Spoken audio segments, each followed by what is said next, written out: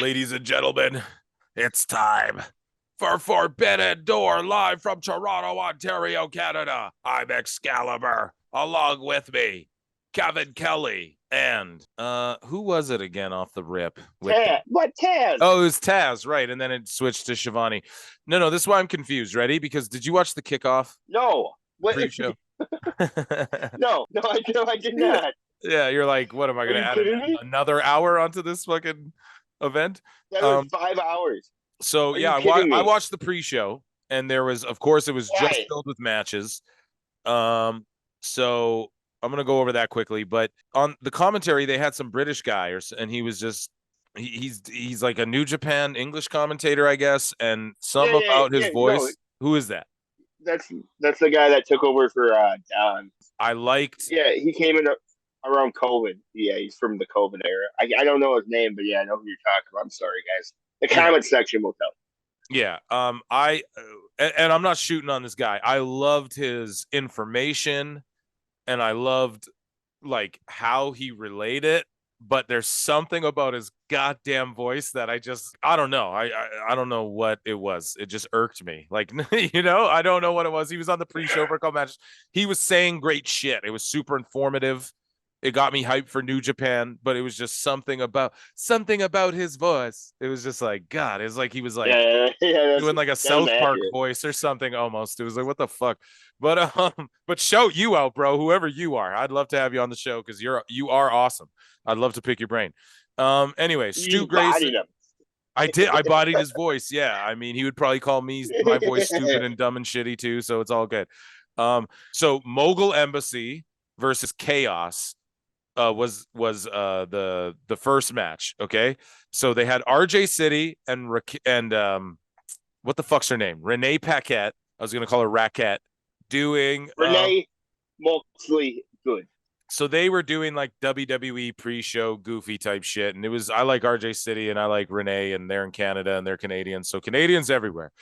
Okay, so Mogul Embassy was Swerve Strickland, Khan, and Toa Leona and Brian Cage, and they took on Chaos, which is Beretta, Chuck Taylor, Rocky Romero, and Desperado. So it's just the best friends with another random luchador.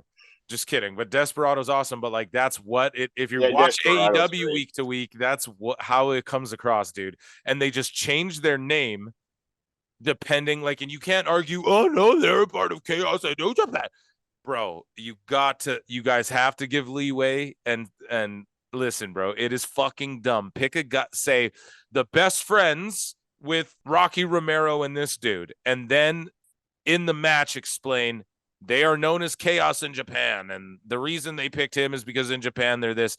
You can't just change their names and like all the time. It just really stresses me out. Another stupid name, the Mogul Embassy.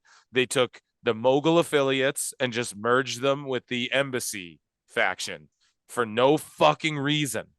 For no reason. They had literally two big tatted up white guys, fucking beating the shit out of Dustin Rhodes with cinder blocks and shit, trying to get them over. And then they just disappeared from television, never to be seen again. And fucking Swerve Strickland is now with Brian Cage and these guys. It just stresses me out. Swerve should be doing his own thing called the Mogul Affiliates, which they established on TV. And I don't know. Anyways, the Mogul Embassy won. It was a fucking, finally Swerve gets a win, beat Trent Beretta and those guys. Up next, we had Billy Starks versus Athena. Now, is this New Japan versus AEW? This is what I mean. Like, is this like, I thought Athena's the Ring of Honor women's champion. So people yelling at me on Twitter, AEW exclusive. It has to. Where the fuck is Billy Starks? Has she ever been in New Japan? And then what the fuck is Athena, the Ring of Honor women's champion? Haven't seen her on AEW since she got signed. Like, Tony, it's just, oh, you would be great in the middle of this. What if your Starks out there against Athena? And this is for the fucking Owen Hart women's tournament, which continued. So, why can't that just be on TV? Like, why does it got to be on the pay-per-view? Because the match. This card is overstuffed to the gills. It's one of yeah. Tony just can't help himself. Bleeding. So then after that, we had Stu Grayson, Canadian. Yeah. taking on El Phantasmo, Canadian. Yeah. Toronto, Ontario, Canada. Yeah. And let me tell you, boot something, bud. I Trailer don't know, Park man. Boys El there, bud. Phantasmo is also Bullet Club 444 life. And Stu Grayson has turned his back on the Dark Order, according to Excalibur. If you watch Ring of Honor, you'll know that the AEW faction Dark Order, Stu Grayson turned his back on them, on this New Japan show. Why? Exclusive AEW feuds. Exclusive. It's an AEW exclusive. That's what they told you. They did. Yo. They did tell you that. This is a good match show. I like these guys, but it wasn't like either of their best work we've ever seen. To end. Which one is you're talking about fucking Pizzeria Udo's egg partner? You can't help yourself. I can't can't help myself. You can't help yourself. Yes, for sure. There's no Stu Grayson is Stu Dose. The Super Smash Bros. Yes, Evil Uno and Stu Grayson, Stu Dose.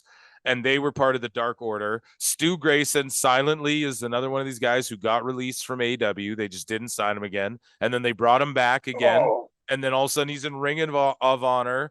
And he's one of these guys where like, dude, you could push him as a single or just push the Smash Bros. And like as a team, like I don't get what the fuck we're doing, and the fact Dark Order's still a thing, I get it. Brody Lee, RIP, dude. Hairline knows this. Brody Lee, the Wyatts, Shield, that shit got me back into WWE when I was really not into it. I will never. Brody Lee, to me, when he came to fucking AEW and when he squashed Cody, dude, no one was putting that over more than me. I get it, but disband the team. Okay, like disband this Dark Order shit. Set up a junior heavyweight division or something. Get rid of these fucking goofy belts that don't mean shit. Later in the show, Jungle Boy and the FTW belt. Ugh. Bro, no one gives a fuck about, like, god damn it. It's just such a dude playing with his action figures type shit. But anyways, yeah, man. The last match on the pre-show, I'm going too long on the pre-show. The last match on the pre-show, United Empire versus Los Ingobernables de Japón. Kyle Fletcher and TJP and Jeff Cobb, representing United Empire, took on LAJ's Bushi, Takahashi, and Shingo Takagi. Now, Takahashi, Bushi, and Takagi are all big fucking names in Japan. They're on the pre-show. Apparently, Takagi came out and was like, this, like afterwards, like today or the other day, was like, yo, it's bullshit. I was on the fucking pre-show or something like that, but whatever. And Takahashi's like over his shit. What a mark. Takahashi, though, the ticking time bomb, he's great. He get paid? Yeah. All of them are great. Yeah, man. Yeah. And Takahashi's fucking awesome. Yeah. And so they won. The Japan team won. And TJP was in this match. He's part of Will Ospreay's faction in Japan. With Kyle Fletcher and Jeff Cobb. So it's TJP, Jeff Cobb, and Kyle Fletcher. I like that lineup.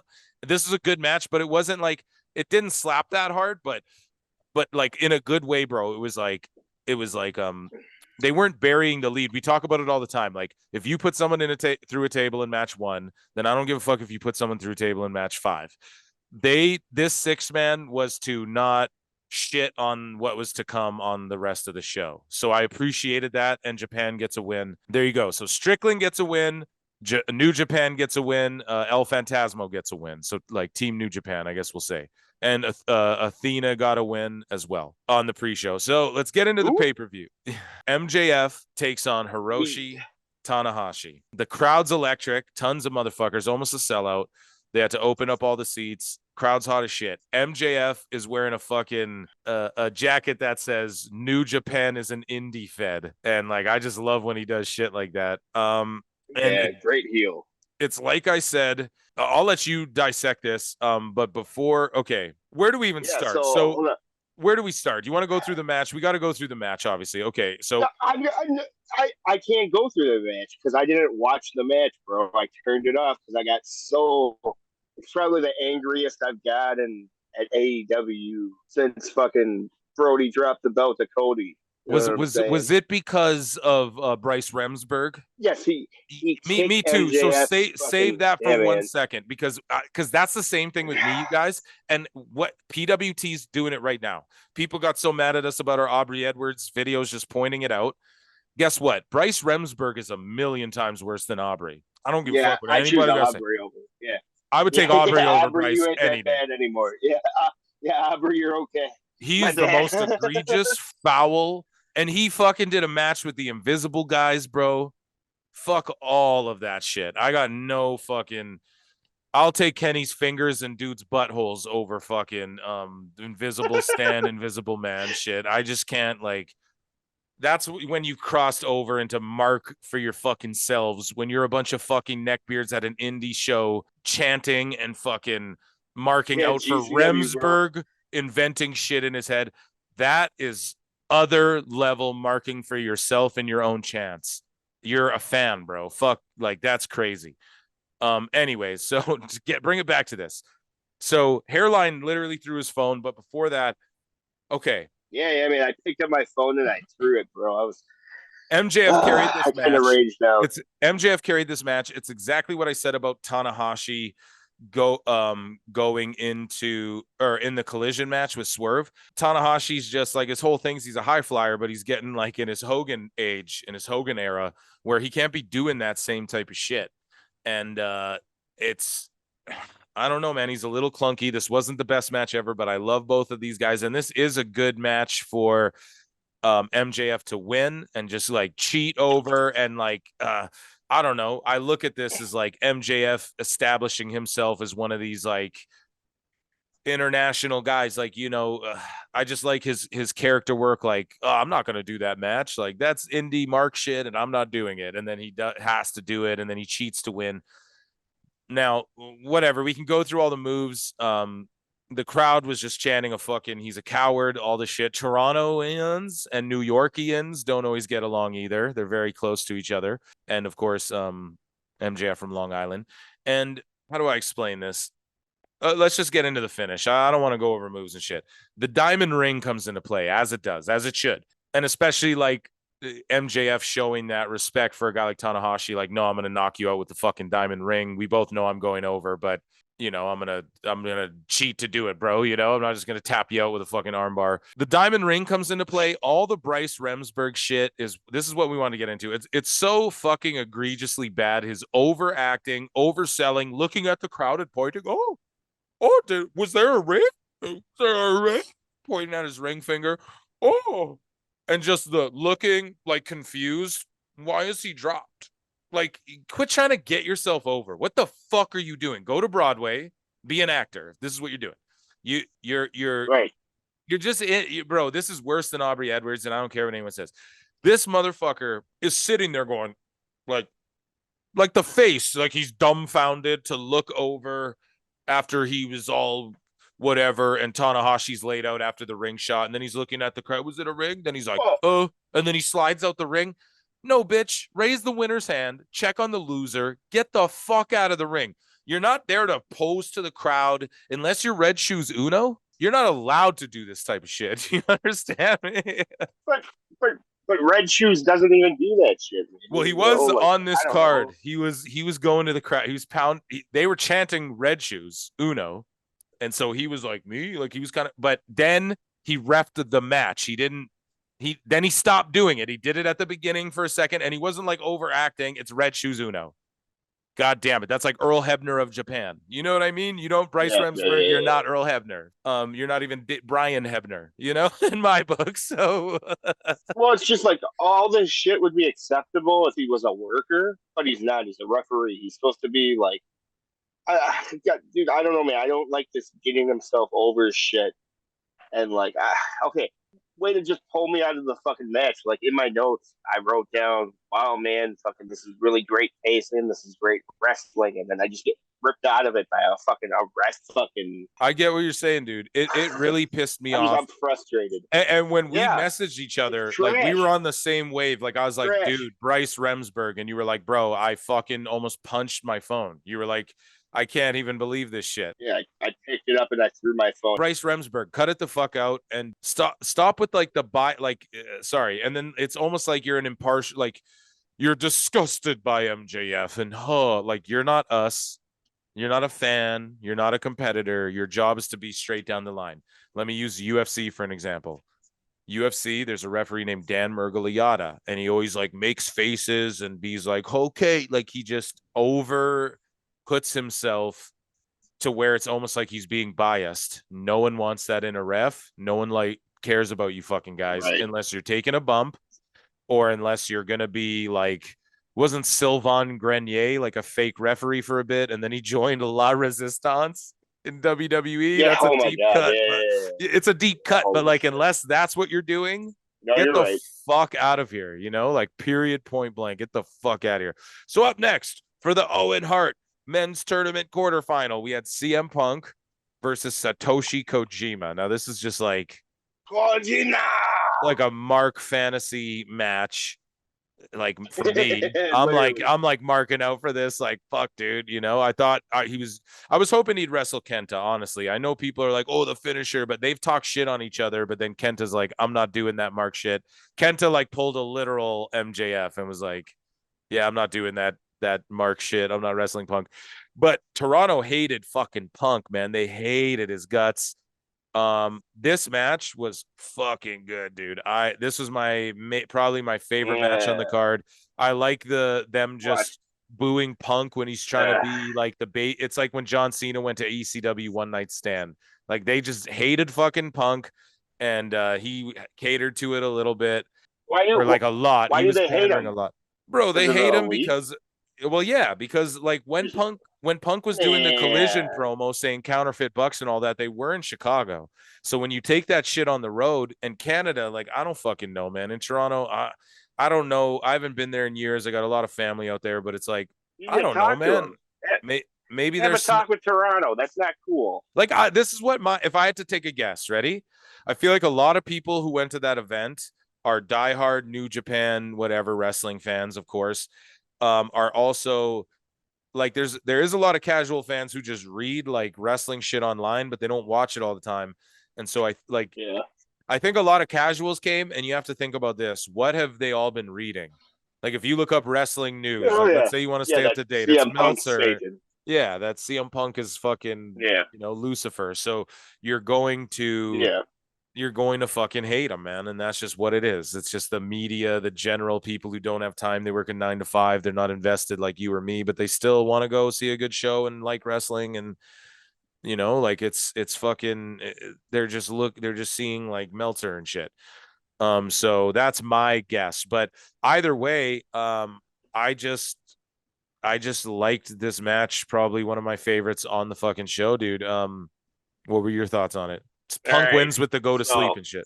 How hard do you think Eddie Kingston popped when Kojima started doing those chops? He had fucking the corner. He was doing the. Here's the thing, Kojima does them like good and believable, and Punk was selling them really good. When Kingston does them, I'm sorry, man, he doesn't have like the speed that Kojima does, even in his older age. Like Kojima lays them in. When Eddie does it, he's just like touching you slowly almost. It's like so. But how hard do you think he was marking out? Like for sure, jumping up and down, right? Probably, dude. Probably. He had to be, bro. Okay, this match wasn't over with me, bro. I thought it was a horrible ass elbow drop and an even worse go to sleep. I don't know. I was talking to you about this. I don't know if there was just incorrect posting, but it just like the go to sleep just wasn't smooth. Let's talk about Kojima's like elbow drop to the dick. How'd you like that? Yeah. That was a kind of a botch, but I thought it was funny. But the ref should have been like more in that. What the fuck? That being said, though, Punk then hit an elbow drop that was super good after. I thought it was fucking awful, bro. You thought that, dude? I thought that elbow drop looked so good, awful. and then the go to sleep, whatever. It. I watched it twice, bro. It was an awful fucking elbow drop. Like just because like he hyped it up, because like the way they did it was like, oh, he's doing the elbow drop. My God! And then it was just an ass looking elbow drop. But obviously, what do you want him to fucking Kyrie Sane and? I get it, man. He's just protecting himself and he's protecting the guy he's Kojima, bro. Yeah, dude. And it's not even that I want him to Kyrie Zane. Like that's a little. I definitely don't need him to fucking Kyrie. Yeah. You want him to do the Johnny Mundo 450 elbow? No, I want him to fucking make his move fucking look good. Not fucking. I'm sorry. I'm suddenly Team Elite. You know what I'm saying? But I wanted to fucking Are lay you his shit fucking in. kidding, bro? This guy's such a bandwagoner. Chat comments. Is Hairline a bandwagoner? Let me know in the foot. No, All of a sudden he likes no. Jericho. All of a sudden he's Team Elite. What the fuck happened? No, what the fuck is I'm going on? I'm not Team Elite. I'm just saying, like they're right on that end. Like, lay your fucking shit in, bro. You know. So up next. Listen, go ahead. I for sure. Hold on, listen. You know, like you've known me for like what, almost 10 years now. Yeah, you know, 10 I years. fucking love CM Punk. It's not like I want to be fucking telling you I didn't like a CM Punk match, but like you said, man, I can't be biased with this shit. You know, like dude, it's just the fact that I had to, like, it was so bad I had to rewind it to make sure. You know what I'm saying? I was all like, "What did that just fucking happen, bro?" But yeah, I'm not gonna be the dead horse. Yeah, this shit reminded me of like. I don't know, man. Like old wrestling tapes I'd watch and shit of like yeah. Dude, Hogan in Japan and shit. I keep going back to that, but it's like it's like, you know, you watch like a wrestler in WWF and then all of a sudden you go and you see some shit that happened before, or like they go over to Japan and you're like, holy fuck, this reminds me of that, even though they were in Canada. But this really just brought me back to like when Muda was in WCW. Like I'm a Muda mark. I've already talked about him too, but this was just seeing Punk and Kojima in there made me go, fuck yeah, dude. Like Punk will be awesome when he inevitably goes back to WWE before his final retirement. But I don't know. This was cool, man. I like that he can do this now. Things like this. This is why AEW is important, folks, for the wrestling business. But then this next match is why AEW is can be a detriment to the wrestling business. Daniel Garcia, Orange Cassidy, Katsuyori Shibata, and Zack Sabre Jr. in an international championship match. Of course, Orange Cassidy beats Shibata and Sabre in one match. And yeah, no shit. Daniel Garcia doesn't have a belt, but is in this because Tony is a mark for his fucking dance that people retweeted one day. Yeah. Like, what was that dance Garcia was doing? Like, why was that a thing that even happened on on the show? Like when they were punching. I don't know. It wasn't his gimmick the first time I saw him, so I'm also confused. Why were they like punching him and then he no-sold it and just did his little like dick wiggle dance? Like, I just don't get. Because a fucking mark for himself, dude. He doesn't care about the business, man. You know, he just cares about his little viral moment. So and guess what? Look, he got it. You're over here talking about it, you know. And like, what? God. Why was he in the match even when the other guys have belts and he doesn't? Yeah, why was he in the match? I don't like. What was the build up to any of this, anyways? Like, I don't like. They just walked up to each other. They just all walked up to each other backstage and were like, "We're gonna fight," and it's just like, yeah, you're right. Fuck. There. Why wasn't Samoa Joe on this card, like fighting Zack Sabre Jr. or something? Yeah, oh my god! Right, that would have been awesome. Samoa Joe's the ROH television champ, and then Zack Sabre Jr. is the New Japan television champ, and Zack Sabre Jr. was on ROH calling Samoa Joe Samoan Joseph. Why didn't they fight each other? Samoa Joseph. Samoan Joseph. Like, how good is that, dude? And yeah, Sabre and Shibata really saved this match, other than like when Shibata sat down with Orange and they did like their slap shit, dude. I was just like, what the fuck are you guys doing? I almost skipped it. I almost skipped it right there. That almost was enough for me to go, God, but I didn't like, you know, I like Zack Sabre Jr. a lot. So like, and then and this is why Garcia was in the match. Even though Garcia took Mox to the limit and kick and whatever, even though Garcia tapped Daniel Bryan out, submitted Bryan Danielson, pardon me. Even Daniel Bryanson, even though he did all these things, right? He's in this match to job to Cassidy. So Shibata hits the finish. So they tried to protect Sabre, Shibata, and Orange, but Tony Khan just wanted to put Orange in a match with Sabre and Shibata to prove that these guys, I just don't. I really, you're trying to find logic, and there is no. I don't know, man. I don't know. I can't. I just don't. I don't want to get mad or start doing a Vince impression here. Up next, we had. No, Vince wouldn't even like what? Yeah, Who's what? doing pay-per-views on Sunday? Yeah. You know? And it's crazy too What was because Zack Sabre? AEW had done pay-per-views on Saturdays for a bit there too. They were trying that. And here's the thing. They just fucking fucked themselves out of even being able to do that by making this Collision show, because now that's always got to be there. So it's kind of strange. Oh my God, they did. Yeah, they're going with Sundays forever now. So they're the new Fed. They're the new WWE. So up next we had. You better not say Fed. You better not say Fed, Doug. Yeah, up next, the new IWGP heavyweight champion Sonata, $1 million Sonata, as I call him, taking on Jungle Boy Jack Perry with Hook. I have it, so like just to fill in the listeners here quick. So basically what happened here is when Will Ospreay, I'm a big Will Ospreay mark. When he got injured, I stopped watching New Japan and I never got back into it just because of how life works and whatnot. But the last time I saw Sonata, he was doing that whole skeleton gimmick and whatnot, and so it's crazy to see where he's at now. He's basically Okada. Yeah, dude. Again, AEW, man. AEW can't help it to AEW. So when the match, okay, Jungle Boy comes down, let's fucking go. Like, okay, no, just wave your hands and do your entrance. He's with Hook. Jungle Boy's been in so many different tag teams. You're my best friend. Oh, they're slowly building up to a Jungle Boy heel turn. Yeah, that's the most obvious shit ever. Like blatantly obvious, like not bloodline obvious where there could be a swerve, but like blatantly obvious fucking turn coming. And not only that, Jungle Boy comes out wearing red and black lizard tights like Luchasaurus wears. Oh God, no! Like you can't make this up. Like, bro, you just told everyone what you're gonna do. No. Like, if you have 1 ounce of nuance in your brain, whatever chemical gives you nuance and story beat, like storytelling, off pod, break kayfabe. I'm a script writer. It's my job. I know I'm not trying to be like, I pick up on this and other people don't. But come on, how obvious was it? He comes out with a fucking red. Like, did no one notice this? I didn't see shit about it on Twitter.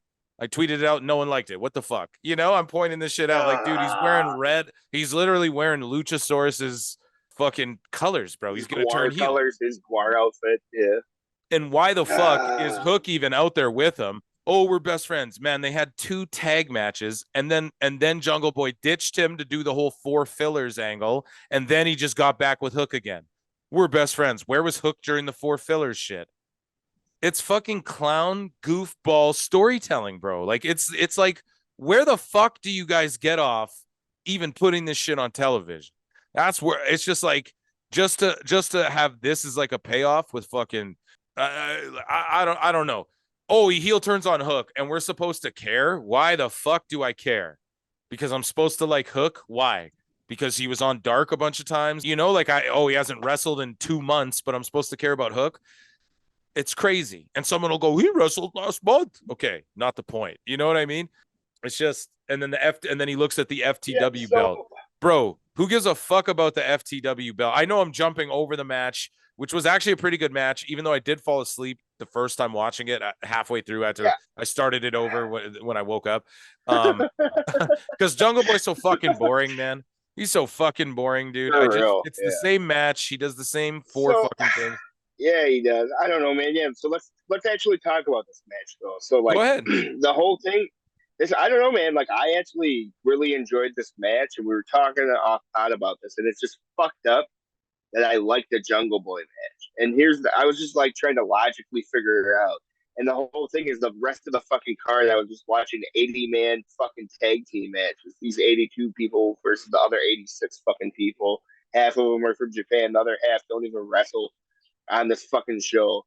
So it is what it is, man. Just Sonata like really controlled this and kept the pacing of everything, and it's just I guess more or less a breath of fresh air during the chaos going on and whatnot. Right. On commentary, it was funny. Fucking Excalibur and fucking Taz were just all like, well, Jungle Boy doesn't even know who Sonata is. And it's like, yeah, I easily believe that fucking Jungle Boy doesn't pay attention to wrestling and have any fucking clue who Sonata is. And Sonata's like, I don't know who the fuck Jungle Boy is. That's what he said before the match. That was awesome. Yeah. And but they were just like being smarky about it. Well, they were all like, "Well, I don't think Jungle Boy knows who he is either." And it's like, I agree, because Jungle Boy doesn't watch fucking tape or do anything like that. He's a fucking. Well, they tried to put over in the match. He... They tried to put over though. Oh, like Jack. I know Jack Perry says, but he's a student of the game. Like I think they said that. He watched tape. He's not. Yeah. Dude, I wrote that in my notes. I wrote he's not a student of the game. Yeah.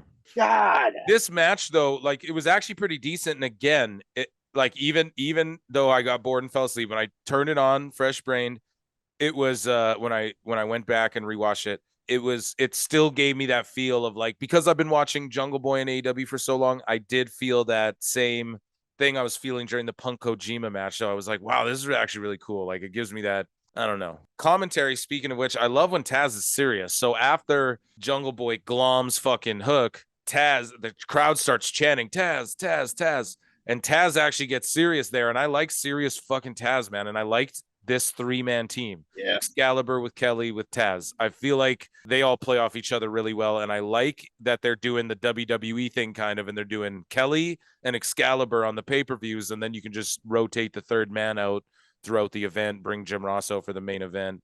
So Taz leaves, and then Tony Schiavone joins us at the booth. Kelly. It's Tony!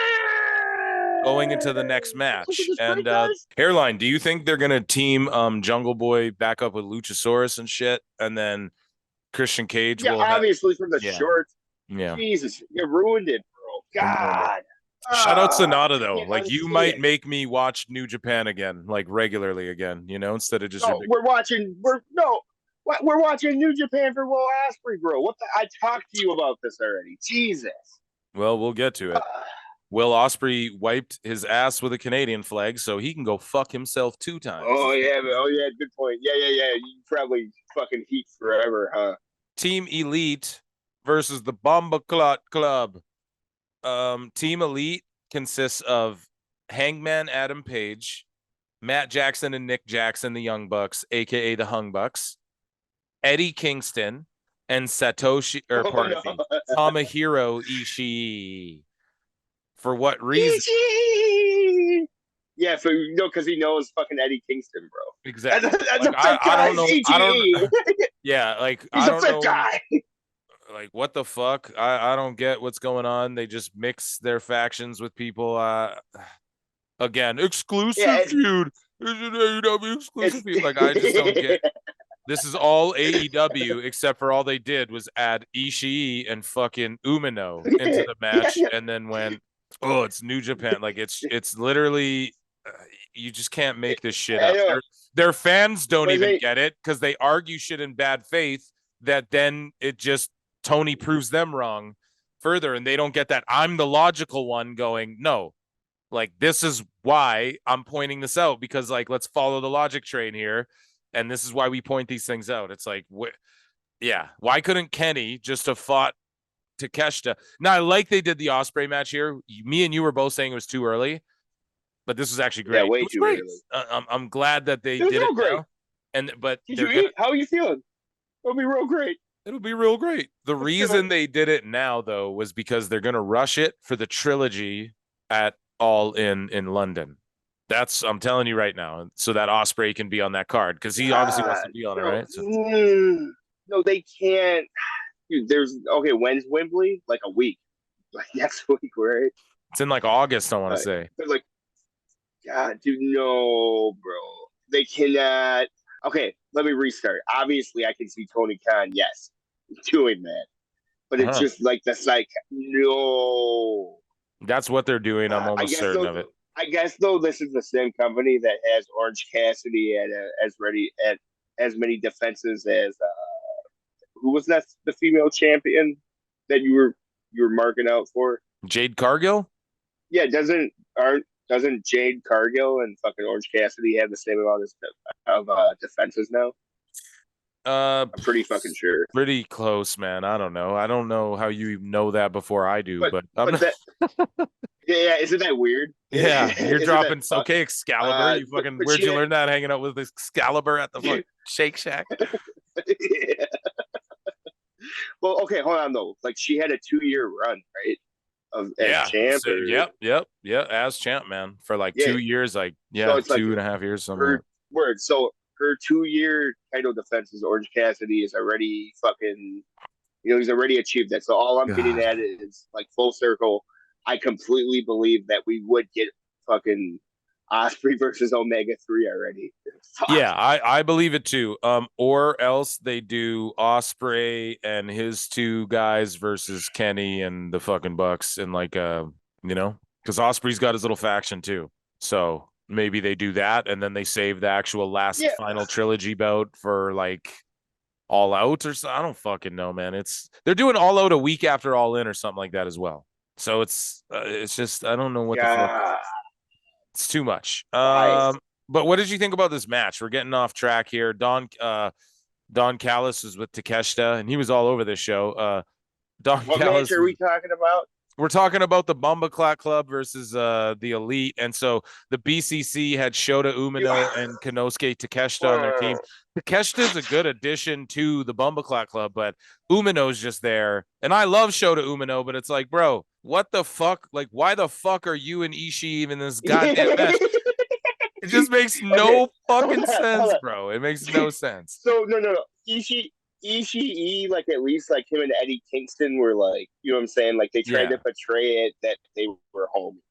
You know what I'm saying? And they wrestled each other. The guy that was hanging out with the guy that was hanging out with the Bomba Clock Club, what the fuck was that? They were all like, oh, yeah, I can stick you in here. Yeah. Dude, I know. Shota Umino, to me, I'm like, yo, he's the next like Tanahashi type guy. That's how I look at him. And then he's just randomly in this. He was awesome. I just don't get it. Yeah, and I like his gimmick. He's kind of like Goku from Dragon Ball, but like, and he's all colorful, and he's with the Bombaclack Club that are wearing all black and fucking. And then they come out to that depressing music, and Moxley comes out and he's walking like fucking one of the fucking T-Birds in Greece. He's walking.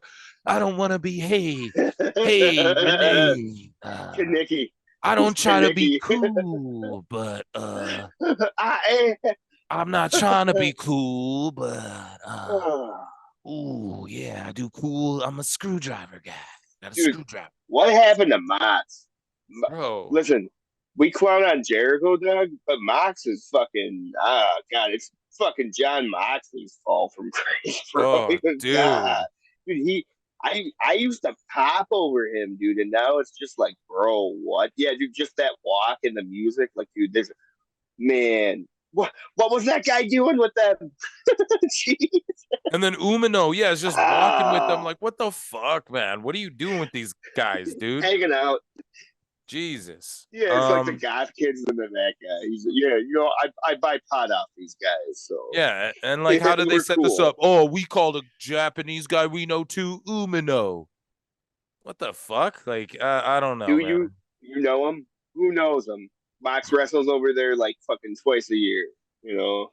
Yeah. Disappointing. And then on top of it, the Bucks are in. Yeah, and I need to get. Oh my God. Okay, hold on. We haven't even got yet. No, we didn't even get into the match yet. We're just roasting the premise of this fucking thing. Yeah, the lineup of what this is. Dude, so okay. The Elite get like mild pops. So this is what I want to point out. The crowd is absolutely booing CM Punk to death, booing him into oblivion, as Shane Douglas would say, obliviacry. And then the Elite aren't getting huge pops either. Like the crowd was popping for everyone else way more than the Elite. For Eddie, so where did all of this? Eddie. They were popping for the New Japan guys, the Eddie Kingston. They were popping for all of them way more. Where the fuck did all of this beef shit? Where did this help anybody? Now you guys all just have fucking go away heat. Maybe not go away heat, but like Punk, they fucking hate him. And now the Elite, you guys are like half loved now. Like, because half the people are like, okay, no, but even though Punk's a dick, you guys should have been men about it. You know what I mean? You guys still should have wrestled each other and shit. Like, and it's just, and they don't get how this just hurt everybody.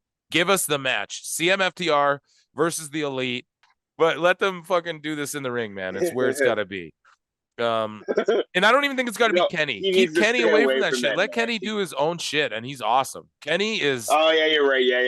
Yeah. Let it just be Hangman. Right. Keep Kenny away. Kenny broke up the fight, saved the dog. Ace Steel bit fucking Kenny. Okay, whatever. Save the dog. Whatever, dude. He's a good guy. Apparently, he was trying to keep it chill and mend bridges. And I even seen him on Renee Paquette's podcast, and he was like, "Yo, dude." He's like, "I grew up playing sports my whole life. Like locker rooms do this shit. They fucking fight, dude."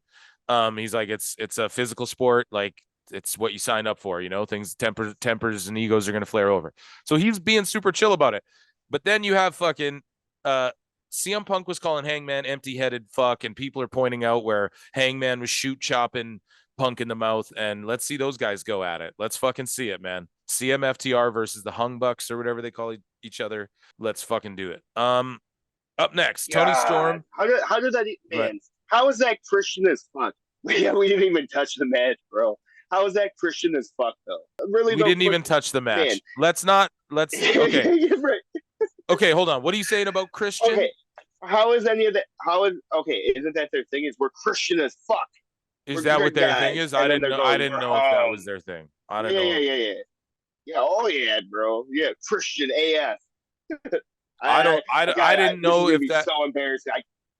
I can't believe I'm saying this on pod. Yeah, back in the day, fucking, I used to watch the Being the Elite shit. That was fun. Yeah, that was I still keep up with it. Gross. So, but the Hung Bucks, like, how's that not Christian, dude? Like, they're not pastors at churches; they're just wrestlers, bro. You just do your thing. You can be Christian, and Chris Pratt's a Christian. He plays Super Mario. It doesn't mean he's a fucking. But like, man, no, don't take it personally. I'm just saying, like, I don't have to fucking brag about having a huge wang. I just have a huge wang. You know? No. Overcompensating. You know? I get what you're getting. That's my issue, bro. You know, who's calling them the Hung Bucks? Like, who started that? They started that themselves, bro, for sure. Yeah, it's like that comedian, what's his name? Brendan Schaub. He was in the UFC and he tried interviewing He like was pretending he was a wrestling fan for a while because he got an interview with Rey Mysterio and The Miz, but he's really just a goofball. And he's only a comedian because Joe Rogan like made him famous, right? And was like, you should quit UFC and be a comedian. And all of his jokes are just, oh, I got a big dig. I got a big dig. Oh, I got a big black dig. Like, oh yeah, big dig. Oh, if I went to Singapore, I'd have a big dick. Like, it's all big dick jokes. And it's like, bro, like it makes me think you do not have, in fact, a big dick. So I get what you're saying about the fucking Hung Bucks. Yeah, you shooting. Yeah. Drone strike. Yeah, I'm saying this right now. I'm down with the homeless cats on Reddit. I'll just put that out there. I'm down with the homeless cats on Reddit. But anyway, someone might pick that up. Who's Don Callis's fucking... Yeah, the comment section for sure. Who's Don Callis's new son? I mean, who's the Japanese guy? His name's Takeshita. Konosuke Takeshita. Yeah, okay. Takeshita was the most impressive part of this. He's the best. He's the best, and his heel turn's great. Him and Don are great. They're great. Don't stick them in the Bomba Clack Club. Let them do their own thing. He's okay in that group. Honestly, he is. He's better. I kind of like him with the group. Yeah, they're kind of making the group better. Yeah, you know? with the inclusion of those guys. Yeah. Right. Get rid of fucking Useless and fucking replace him with fucking Don Callis' new son. Yeah, I don't know. Yeah. Don Callis said that in that promo, man. He was like, I lost Kenny, but I gained a son. Yeah, dude, all that shit's kind of weird, but it's kind of dumb. But I just like Takeshita, and he needs a mouthpiece. No, it's dumb. And and I've been telling you though, like I've been putting before you started back on AEW, I was like, Takeshita, man, he's good shit. You got to watch this kid. He's the guy. Yeah. So, it's guys like him and Roosh that he looks good standing there. Yeah. Like he looks good in his leather jacket. You know what I'm saying? Well, Callis is fucking running his mouth. And his work is great, man. That's almost WWE shit. Dude, yeah, and his work is great, and he does like better flying knees and shit than Omega and shit. I honestly think that Kenny's are so cheesy now. Like, I don't know if it's because he's in America now, where he's like, I'm not gonna fuck these guys up like we do in Japan, but like Kenny almost doesn't even touch the people with his knees anymore. Like some of them he lays in. We'll get into that match later, but it's like they really got to do better camera angles if he's gonna not lay those shits in. If I was wrestling Kenny, I'd be like, I want you to knee me in the I want you to fucking brain damage me with those knees, dude. Like, Not literally, but Yeah, anyways. they were just knee slapping. Oh, and then all this shit about like fucking Kingston and Mox won't fight each other. Get out of here with that shit. In the middle of this match, like you guys won't fight, and then Kingston eats the super kicks for Mox, but then 2 minutes later, Kingston breaks up a pin attempt on his for his own team. Where the fuck are you? This isn't even storytelling. Do you know how I know? Because I'm trying to follow the story, and I'm sitting there going, "What the fuck story are you guys trying to tell? Why didn't Mox just fight Kingston? Like, what the fuck's going on? You know, or whatever. Like, I just don't get it. Let's go back to the fucking storytelling there. Fucking, he took the fucking shot for Mox, then he broke up the fucking tag, and then you're leaving out how Mox fucking did a fucking move to him right after that shit, bro. You're fucking dumb. Dude, I hate this shit. Yeah, let's move along here. Toni Storm takes on so Toni Storm's the AEW Women's Champion, and she's taking on Willow Nightingale, the New Japan Pro Wrestling Strong Women's Champion. Shout it out.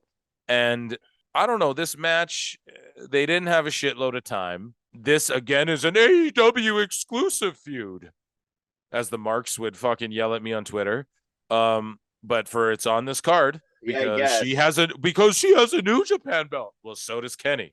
And what I tried to say was, why isn't Kenny fighting Konosuke one-on-one in this pay-per-view? Fucking marks. So yeah, man. This match, I love both of these girls. There was some rank shit. There's like fucking Death Valley drivers on the apron and all, like I don't know. They kicked Saraya. It was awesome. Saraya was there in Toronto. That was sweet. Because there was no announcement of that or anything. Ruby Soho's out there. The Outcasts get more over with me every time. Toni Storm is hot as shit, and I just like that these girls are like the mean girls, but they're like the punk mean girls. Like I don't know, I can't explain it. You know what I'm saying? They're like how do you explain it? I don't even know, man. I like this dynamic. I've been putting the Outcasts over this whole time, and Storm is getting better. I feel like Saraya and Ruby and Storm are all really coming into like these characters right now. Like they're really the spray paint shit. I can do without it, and then we'll get into the controversy that followed this match, because there's been controversy following this match on Twitter after, which we'll get into and online. I didn't know that. Yeah. So I'll tell you. I'll get you. Great. Yeah. So, but this match, give me your thoughts on this match. And Toni Storm did get the win with the Storm Zero. And after raking the eyes, good heel shit. And I love both of these girls. And Toni Storm is starting to get over with me in her second title run here. Yeah, so I don't know, man. Paige was super entertaining on the outside. I love all like the little yelling shit she does and just interacting with the crowd and all that. And then Ruby was trying to do it, but Ruby was just kind of coming off corny when she would attempt to do it. Like, not to shit on Ruby though, like I get it. Like it works with the gimmick, but I don't know. You don't need, like, it's kind of like what we say. If the one match does a table spot, the second match shouldn't do a table spot. It's like, Ruby, you just totally took away from Paige doing that, because yeah, she's like learning how to be like a mean girl for the first time. She's always been like a punk rocker type gimmick in a way, and now she's like learning how to be like that mean girl. Like they're trying to be like, she does her hair a little sexier now. Do you notice that she does her makeup and like it's like she's a mix of herself with a little of Toni Storm's influence on her, and so she's new to this, but give it time. Ruby's coming into it. I promise. It's going to get over with you. The Outcasts will get it, and they're starting to. You are admitting it right now, but sorry, go ahead. Yeah. So, yeah. So Toni Storm's kind of starting to get over, man. And it's just kind of, she's doing the sports entertainment shit. That's what it is. Like like the talking throughout the match and fucking just the slower pace match wrestling. And basically, as far as the moves, basically what you shouted out, the Death Valley driver under the apron. So really sick fucking spot of the match. And I like the heel ending. That was cool, man. Yeah. Gotta love that. Any little like, that, damn it, Drex. That kind of shit. Yeah. And so basically, once the Outcast got kicked out, though, I really thought the pacing of the match picked up and really, so. And I like I've been saying on almost all these Willow Nightingale matches, is I've never really invested in it. Again, and I wasn't necessarily invested in this one, but the Outcast made it okay. Yeah. Yeah, Excuse so me. that's tweet or whatever, Twitter. Oh yeah, so Willow Nightingale also did a really good moonsault. But getting into the controversy, the Twitter and other mediums, like there's people on Reddit posting like fuck Tony Storm, cancel her. There's literally people saying cancel her and shit. And it's because after the match, God, yeah, are you ready for this, Hairline? So after the match, no. as Tony Storm is walking back up the ramp, so she beats Willow Nightingale and she's walking up the ramp like holding the belt up, and she's healing on the fans with Saraya and Soho, and they're healing on the fans and they're fucking holding Tony Storm up, like helping her, and they're walking, and Tony's looking at the ring like chirping at the fans and chirping to her friends and chirping to Willow, and they're like, you did it, yeah. And she's like, yeah, stupid bitch. And then she went, yeah, I beat you, fat bitch. So she called her fat bitch. She called her stupid bitch and then called her fat bitch, right? And people on Twitter are literally like, nah, we need to cancel Tony Storm for this, knowing Willow's a plus size girl. And it's like, man, you really don't think these girls don't talk to each other backstage? Like, she's healing. Her whole thing is she's an OnlyFans model and she's like a punk rocker chick and is too hot for everyone and fucking spanks her booty and fucking is kicking ass, jumping chicks from behind, being mean girls, but like skipping school to smoke cigarettes in the bathroom, fucking type chicks. And like, you don't get what they're doing. Like, this is why you're invested. You're mad at her. How dare It's she call her a fat wrestling. bitch? Yeah. We don't go, Right. oh, let's The cancel heel was her. a heel. Like, what the The fuck, heel was man? healing.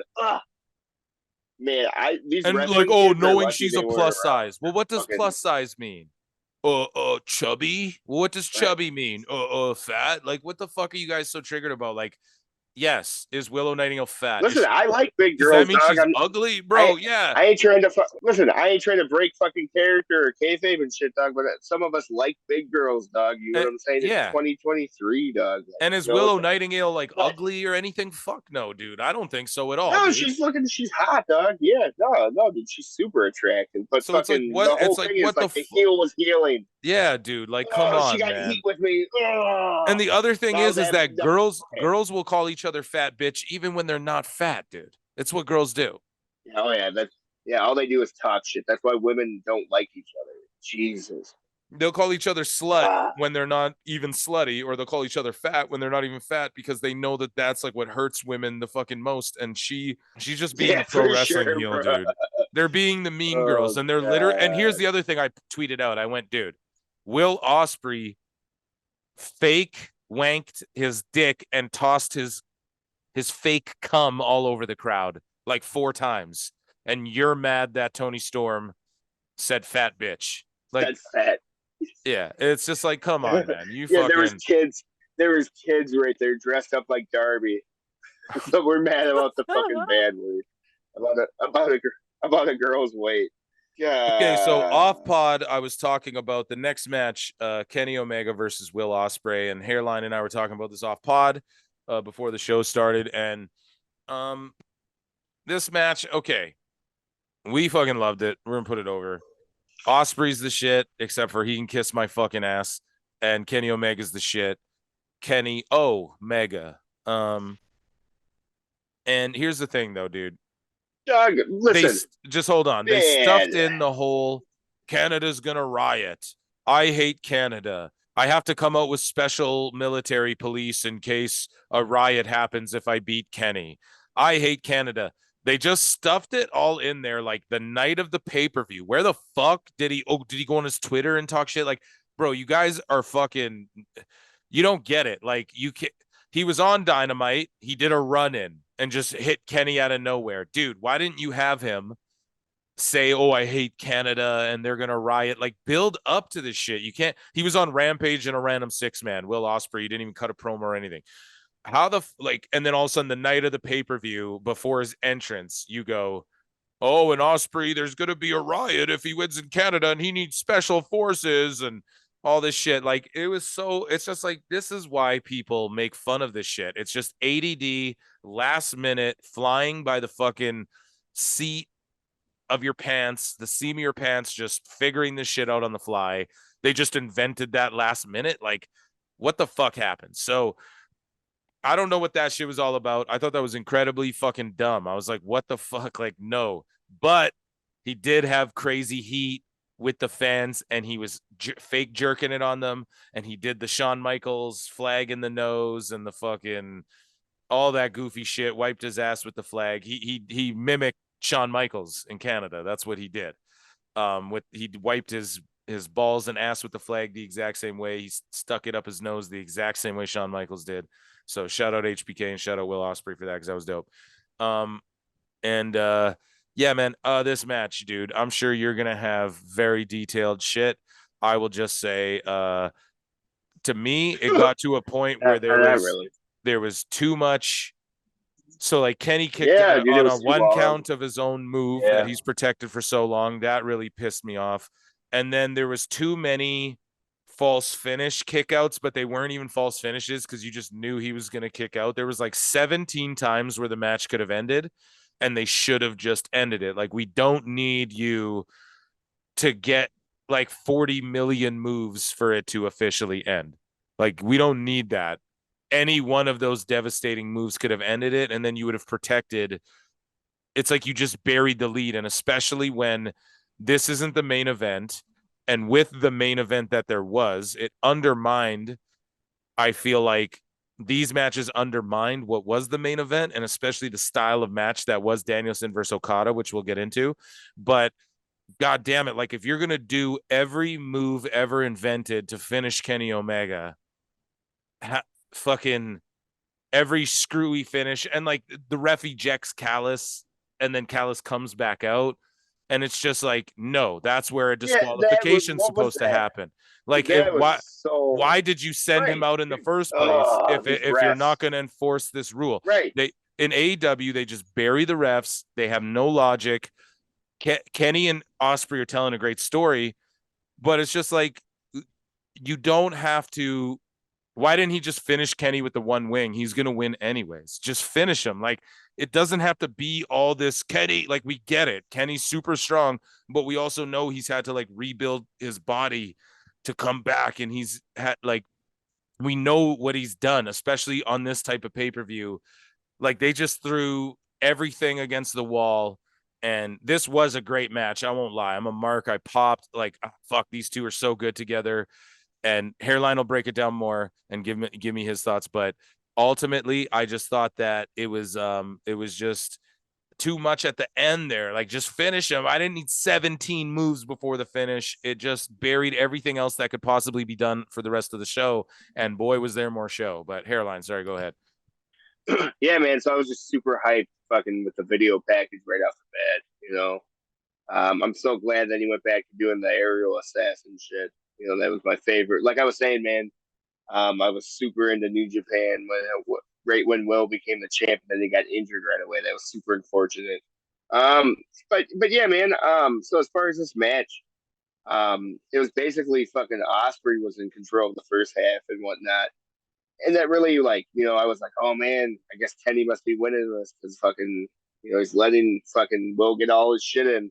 Yeah. And then Will had that little spot where he licked his blood and shit. Oh yeah, that was pretty entertaining. Yeah, the blood was good from both guys. Did Mox blade? Yeah, he looked at the camera. No, yeah, I can't believe it. Right? So Mox actually let someone else do the blade job and didn't bury them. Yeah, Fuck yeah. So, yeah, someone dared him. You know what I'm saying? They said, I bet you can't go pay-per-view without. And he was like, "Look, man, I'm not trying to be too cool for school, but." Yeah, shooby. Yeah, fuck yeah, dude. Yeah, fuck yeah, Kaneki over here. Yeah. Jesus. Sorry, man. Go ahead, Airline. No, but yeah, man. So I really liked when he Will did the fucking shooting star press. And then right into that, dude, he did the Oscar brother, man. But that was the thing, it's like, oh wow, like that should have put someone away. And then like that was like fucking 10 minutes into the match, bro. Then like there was another 62 minutes after that. With fucking 82 finishes, like false finishes, like you said. So and like when Ospreay dropped him on. Oh, sorry. Go ahead. You go ahead. No. So I was just gonna say back to that flag spot, bro. It's like he ripped it off some guy, And then Kenny gave it back to like those kids in the fucking crowd, and it's all like, man, what about the owner of that flag, bro? Like, because he's not gonna go over there and go to that kid and be like, hey, that's mine, or he might, but it's Canada, aren't you all polite and shit? So, dude, okay, listen, and why did Don come back? Why was that okay, dude? I don't Yeah. understand that shit. So yeah, exactly, man. It's the same thing here. Like what? Like he should have been disqualified or something for that. Like that was too much. To where I was like, dude. Well, like I don't want to see a DQ in that, but it was. And then he hands the screwdriver. I don't know, man. It's just why a screwdriver? Like what's going on? So now Osprey's in the Blackpool Combat Club or whatever. Like I don't get it. It's all too much sometimes for me. Right. It's just like they were just trying to stack as much heat on the fucking Osprey as possible. All right, we'll give him Don Callis, and on top of it, he'll be talking. Hold on, I'm doing it right. All right, so here's the plan. We'll send Don Callis out there with him, and he'll shoot on Brett, and he'll shoot on Jericho. Oh, God, it's just all that, man. Yeah. You have any last thoughts on that match? I just like it was dumb that Kenny basically ruined his fucking finisher. I just don't like that. But I love Kenny when he hulks up and shit, bro. Like he's such a fucking Hulk Hogan Ultimate Warrior type guy, dude. I'm telling you, he needs to go to WWE. I'm telling you, man. But like, so, why is the one-wing angel so fucking sacred if you can kick out of it at one? At one, because he's the one who does it. He's the master. I'm sure Excalibur would explain that it's because he's the master and perfected the hold. And no one else can do it quite like Kenny Omega. So, that's Excalibur. Up next, we had Sting, Darby Allin, and Tatsuya Naito. Everybody thought it was going to be Goldberg. Bro, it's clearly going to be Naito. Like, come on. And then they're taking on Jericho, Guevara, and Suzuki, the Suzuki gods. And, Suzuki guys, the sexy Suzuki guys. This match was the shits. I'm just gonna fucking get the fuck out of it, bro. I am sick of this agenda. You shitting on the greatest fucking thing to ever happen to Hold on. I mean if Sting and Jericho are gonna wrestle in London, which I think they're gonna do, I'm all down for that. But this was the shits, bro. I gotta be honest. I wasn't down at all. No. When Jericho was selling his back to get to reverse Naito's move, dude, and it was just so obvious and bad. He's just feeding his back, like just standing there waiting for him and shit. It was so bad. There's so much bad things. And like Suzuki doing that pose, he's down to do goofy shit. We know that, but just Suzuki totally breaks character and like does the most baby face shit ever. Yeah, I want that shirt. It needs to be a shirt. And then Naito got the win. I mean, I don't know. Darby Allin. I had huge complaint. I had a huge complaint about this match, and it's not anything necessarily about the wrestling, but it's like, so Sammy was laying outside of the ring, and it's like the little kids were all like, "Oh, Sammy, are you okay?" And it's just the fact that we're at children asking the heel if they're okay. It's like, wow, fucking wrestling's dead, bro. Yeah, dude, it's just. So this match was whatever, dude. Whatever. If you're a Mark, Sting wore his Joker makeup again, if you're into that sort of thing. Yeah, it was cool. Kevin Kelly also said this is the 80th meeting of Suzuki versus Naito. Ah, damn it. 80, bro. Up next, the main event. You need to stop shooting on Jericho, dog. I'm over this shit. Mm-hmm. That needs to stop. The main event. Brian Danielson versus Katsuchika Okada, who is the best ever wrestler in the world. Now, when these two were coming out, I was having goosebumps. Danielson comes out to the fucking final countdown. Yeah, that was cool, bro. That was awesome. And I don't know, man. These two guys, two of my fucking favorites, like all time. But here's the problem. This match, after all the shit everyone saw all night, the type of match these two had just wasn't it. It didn't hit. Like, if this was on way earlier in the night, this would have fucking hit. If they opened the show with this would have hit. But after we just saw Kenny take like 7,000, like fucking, it was a WWE 2K game and he just took 80,000 finishers to get pinned out.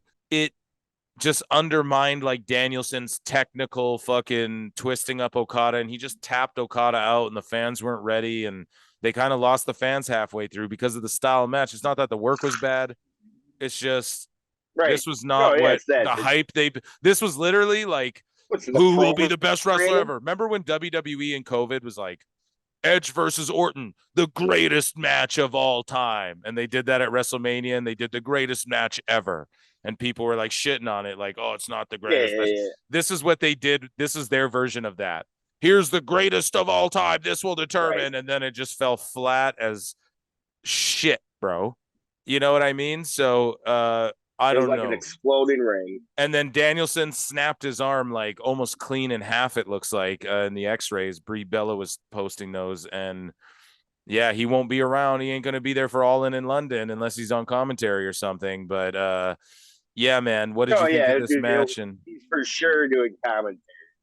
Yeah. He's for sure doing commentary, bro. Yeah, him and Nigel McGuinness. No, he's going to come out when Mox comes out, and he's just going to put over how good Mox is, even though it's a fucking complete contradiction to his being. Yeah. This match, though. Yeah, man, we just fucking fuck Mox. I'm sorry, bro. Doug, I can't help it. So, man, honestly, dude, I thought Okada was winning just fucking Brian was in control almost the whole time and getting all his shit in, Doug, you know, and then next thing I know, they're fucking taking her home. So, like, honestly, I didn't notice that he injured himself, but I was like, wow, they must have ran out of time or something here because, like, this. Well, Brie Bella said he wrestled. His wife said he wrestled for 10 minutes with the broken arm. So I don't know. Apparently, they didn't go home that early. Oh no, for sure. But like, I'm just saying, after that Kenny Omega match, is what I'm saying. Like, it didn't just match the pace. So I watched. Daniel Bryan gave a speech after. I watched this on YouTube and shit. And he said that's the first time he's came out to that song in over 9 years, bro. So, yeah, he also you said, marks out there. He also said, name a fucking company that's had this good of pay-per-views in a row. And it's like, bro, Double or Nothing was your guys' last pay-per-view. That was the biggest dog shit, horse shit pay-per-view ever in the history of wrestling, almost. Like, so what the fuck are you talking about? But yeah, shout out Danielson. I don't know, man. It just fell flat. The highlight of the night, the MVP for me was Punk and Kojima, man. That was the money match right there, in my opinion. What about you? Yeah, the highlight and the MVP. That's what we'll do from now on because fuck Meltzer stars. What was the highlight and the MVP? Jericho and Jericho. Okay, fuck you. No, we have to do stars. We can retire stars after. No, fuck you. We Dave can retire the stars after. Dave Meltzer stars. One last time. Okay, what was your low light of the night? Let's also do low lights. For me, the low light was that Jericho match. I think that was the low point for me. Oh, you son of a bitch! Yeah. So you were more triggered by the Jericho match than that referee's Tom through. Oh yeah, sorry. No, you're right. Sorry, thank you. Because that was a good match. Besides Bryce Remsburg trying to get himself over, Bryce Remsburg was the low light for me. I skipped an MJF match, bro. Like, if you check the fucking Hairline Wikipedia, you know what I'm saying? It's going to say skipped an MJF match. That's disgusting, bro. It's crazy. I don't know, man. It really pissed me off, though. So that was your low light as well? That Bryce Remsburg spot? Yeah, they should have just fucking threw Jericho out there in a fucking referee. Oh, my God. A lot better. Last star rating ever. Oh man. And Dave Meltzer stars, -5 stars for the Jericho 6-man mistake. No, I'm just kidding, dude.